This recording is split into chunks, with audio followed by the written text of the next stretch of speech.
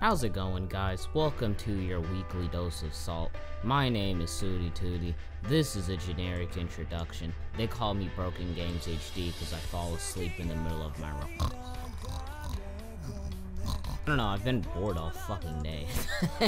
Don't ask me what just happened there. But yeah, at the beginning of the video, you know that little screaming you heard? That was me. Because I didn't know what the fuck to do, so anyways, fuck you guys, let's get started. So Sakurai had confirmed this week that Mewtwo will be out fairly soon. I'm assuming that means next month, April-ish, end of April. Here's the thing, well, actually, before I get to my thoughts, let me just go ahead and say that, he will be free DLC to those who own both copies of the Wii U and 3DS version of Super Smash, and it'll be paid DLC to those who own a single copy of the game, like me, who just have the Wii U version. Now, here's where the issue rises. Besides the game being extremely unbalanced, as it already fucking is, how is this going to work online? Because what if you run into somebody that has Mewtwo, or, yeah, what happens if you run into somebody that has Mewtwo and you've never fucking faced one? I mean, like, how the hell are you supposed to prepare for that? I'm assuming that you'll only be able to play with people that also have the DLC, because if you have to play with people that have the DLC and you fucking don't, then that's unfair at your fucking advantage. Then again, Mewtwo is shit, so that's not saying much. Go play Melee. There's nothing good about Mewtwo. Fuck that guy. Other than his fucking insane goddamn jump, there is nothing good about that fucker. He's light, he doesn't hit very fucking hard, and he's extremely fucking slow.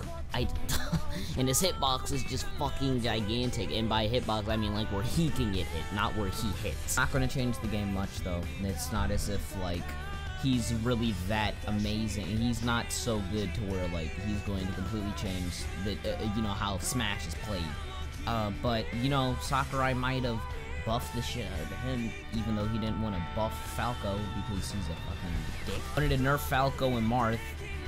Why, I don't know, but whatever. News broke this week that Hideo, the fuck you in the ass, Kojima, is going to leave Konami after Metal Gear Solid launches, Metal Gear Solid 5 launches, and that is pretty fucking, insane. Now, let's get this straight. What's his name? Kojima has worked at Konami since 1986, and he worked on the very first fucking Metal Gear game.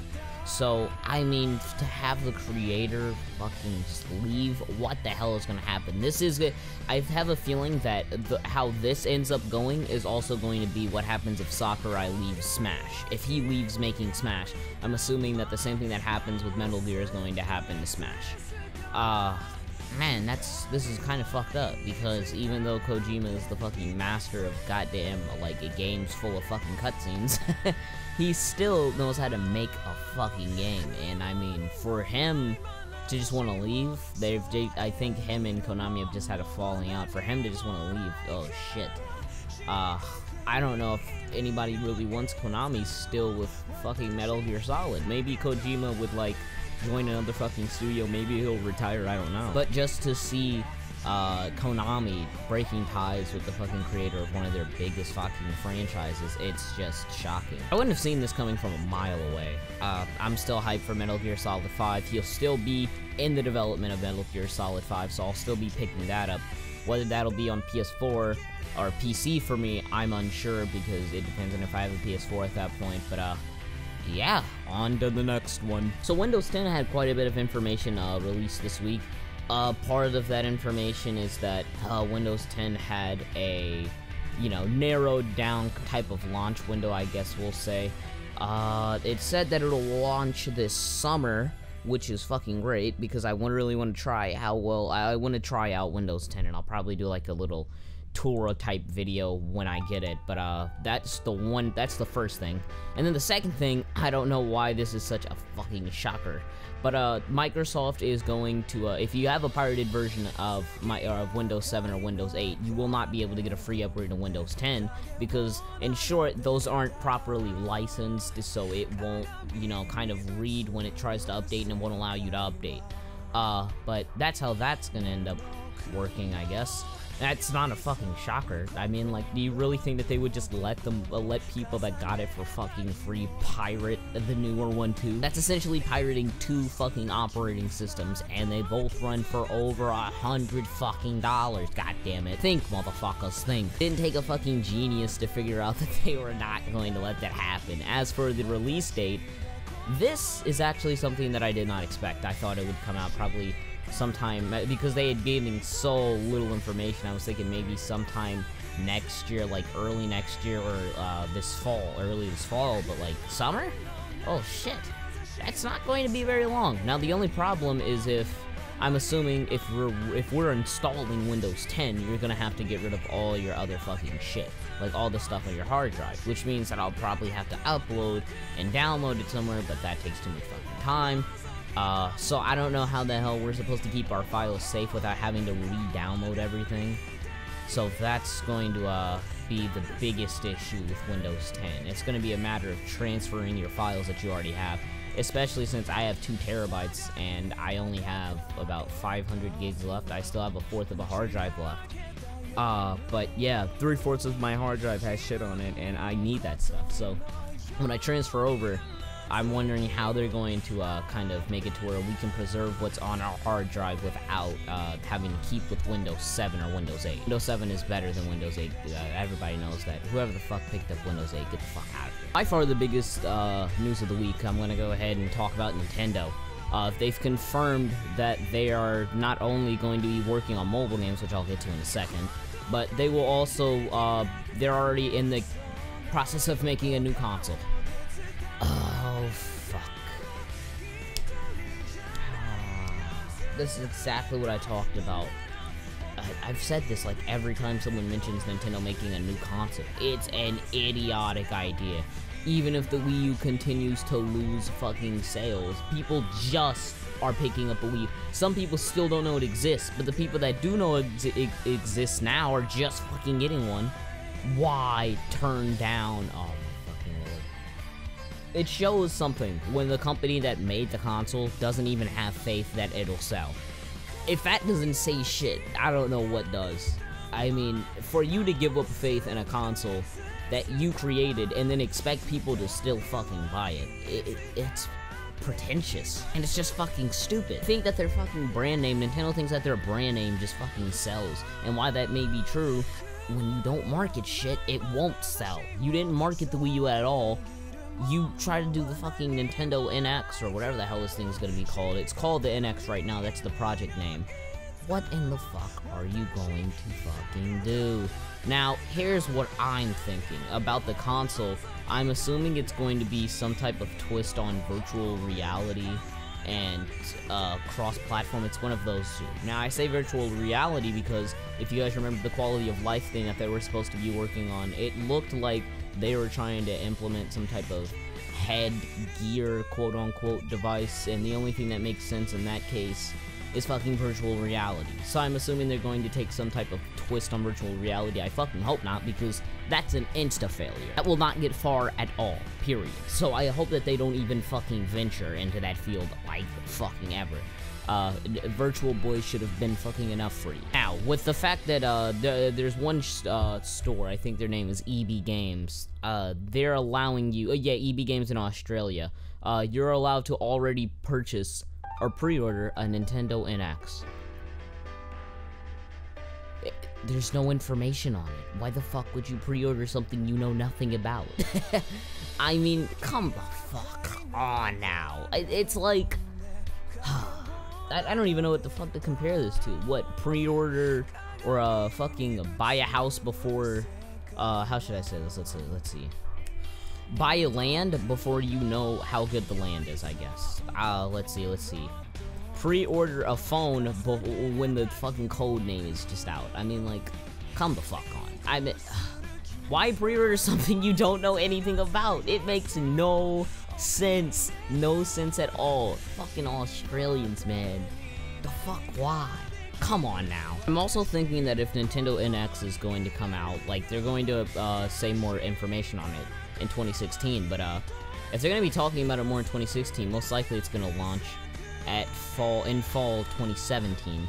that'll be kind of late for it to try to fucking compete with the PS4 and Xbox One. And this is what I was already talking about when I was like, Nintendo should be the last to come out with a console, because every time they come out early, they get their asses whooped because they don't know what the fucking competition is doing, and they're not up to specs. They're always trying to, when you come out a year early, that gives a year to 2 years early, I should say, you're competing against older fucking consoles with an already established fan base.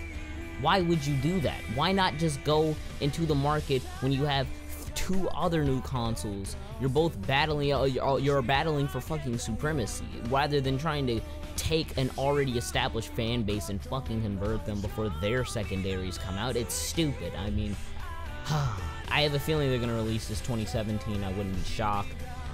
So we still got 2 years left around in the Wii U's life cycle. Even still, what the hell would that make it? Maybe 5 years, I guess, that the Wii U fucking survived? That's fucking pathetic. You know, it's actually being outpaced by the Dreamcast and the GameCube. That's disgusting. This is one of those odd type of articles that you'll see every once in a while, but Sony is actually letting people get Bloodborne for free if they give blood. I think this is only in, what is it? It was in Utah, I think. Denmark. No, it's Denmark. What the hell am I thinking? I thought it was in the United States. No, it's in fucking Europe. If you do it in Denmark, if you give blood, then you get a free copy of fucking Bloodborne. I actually think this is a genius idea. I mean, think about it. Not only is it working for those people that need fucking blood, the people that usually would not give fucking blood, a very small amount of people really do give blood. So you're also increasing the chances of people wanting to give blood, and they're being rewarded as well. They also get a copy of a game that they're probably wanting, and even if they don't want the fucking game, they can at least try it out because they got it for free. It's a really smart idea, and Sony partnered with this, so it's not like, yeah, you get the point. It's not as if, like, Sony did not approve of this or anything. It's a smart idea, and it's a way to sell more copies of Bloodborne, but it's not, I don't think it's going to make Sony a fucking profit whatsoever unless the people that are giving blood, or Give Bloods, what I think that's what their fucking association name is, if they're going to pay Sony in compensation for having all of these fucking blood donations. That's what I'm assuming. But it's a really genius idea, and there's not much to talk about here. I just thought that it was something that was kind of cool to bring up. Anime time! This is actually really interesting. I did not know this at all. Gatchaman Crowds, I knew it was getting a second season. I didn't know it was coming this summer, but speaking about Gatchaman, the staff has reunited, and there's been visuals and stuff laid out for season 2, which is going to be called Gatchaman Crowds Insight. It's airing this summer. It's just gonna, I think it's gonna be a direct sequel. I'm actually really stoked for this because I liked Gatchaman. I don't think it was fantastic. I thought the ending was fucking terrible. I mean, it made no sense whatsoever, but I'm still yet to watch the OVA. I still need to watch that. But regardless of that, I'm really actually stoked for this because Gatchaman was not a bad series. The CGI was fucking beautiful. We'll never see CGI that looks like this ever fucking again. And now that there's 2 more years worth of fucking budget right there and money that they've earned off of Gatchaman Crowds, I'm wondering how fucking well Gatchaman will fucking look, as well as how well is it going to do, because if I'm correct, Tatsunoko did, let me check. They did C, but I don't think that sold very well. They did Ping Pong, I think, didn't they? I think they did Ping Pong. And I'm pretty sure they did Yatterman Night. They did Psychopath Season 2, I know that for a fact. So, yeah. So, in short, they're gonna have budget, and I'm wondering how, other than budget-wise, how good is Gatchaman Season 2 going to be? Main villain, I forgot it, Bird Cox is fucking gone. OD should be fucking dead. Should be. We'll never know about that until I check the OVA at least. But overall, I'm actually kind of looking forward to this, which is odd because I'm not looking forward to anything this year but like Arslan Senki and this next thing that I'm going to talk about, kind of. Magical Girl Lyrical Nanaha Vivid has gotten another fucking preview, or its first actually. It looks like, I don't know, first half of the trailer made me think, oh yeah, so this is pretty much Nanaha, but everything that was good about it, and it's gone. That's how I thought it was. It progressively got better, but it still does not look like it's going to be any good at all. I'm going to watch because I'm a fan of the series, and that's the only reason I'll be watching. It does not look good. We still have like one guy in the entire cast. I'm not gonna fucking argue against that. I don't like how the little girls are trying to fucking fight when at the end of Strikers, this bitch already knew exactly what she was doing and how to fight and stuff. She was pretty much like a fucking tank, so I don't understand why the hell she needs to go through all this training. I liked that I saw a fucking villain, which kind of gave me a little bit of hope, but that was about it. I'm hoping that it is not trash. I'm actually hoping that it's around a 5 or 6. I'm not expecting it to be there, though. We'll have to wait and see, though, you know. I've judged things wrong before, kind of. Have I really? I mean, like, the most wrong thing I think I could think of is probably Zenkyo. Maybe Shigatsu, but Shigatsu was just kind of wasted potential, not necessarily bad, so whatever. Let me shit on something before we get to the good stuff, alright? Blaze Blue Alter Memory is getting an English dub fucking cast by Funimation. God. Fucking why? I had to drop this show. I think, what was it, 3 episodes in? It was fucking shit. The light novel is so much better, but the game shits on them both. Why adapt fighting games if you can't properly adapt the fucking story? In the studio, I don't even remember who did it, but it didn't look good either. Oh, this was the epitome of shit. But I'm gonna finish it. I will finish it when the fucking dub comes out. I swear to God I will. Because I'm a Blaze Blue fan, and I have no life. Because Ragnar's fucking cool, and I main Hazuma, and my secondary's Jean, and don't fucking hit me. So far, this looks like anime of the summer, bruh. This is actually, more of what the fuck I was looking for in the industry. Gangsta is going to be so fucking good. My body is ready. It's, like, immensely ready, like, ready too much. There's a preview trailer out for Gangsta, and it's going to, it looks really good. We'll say that.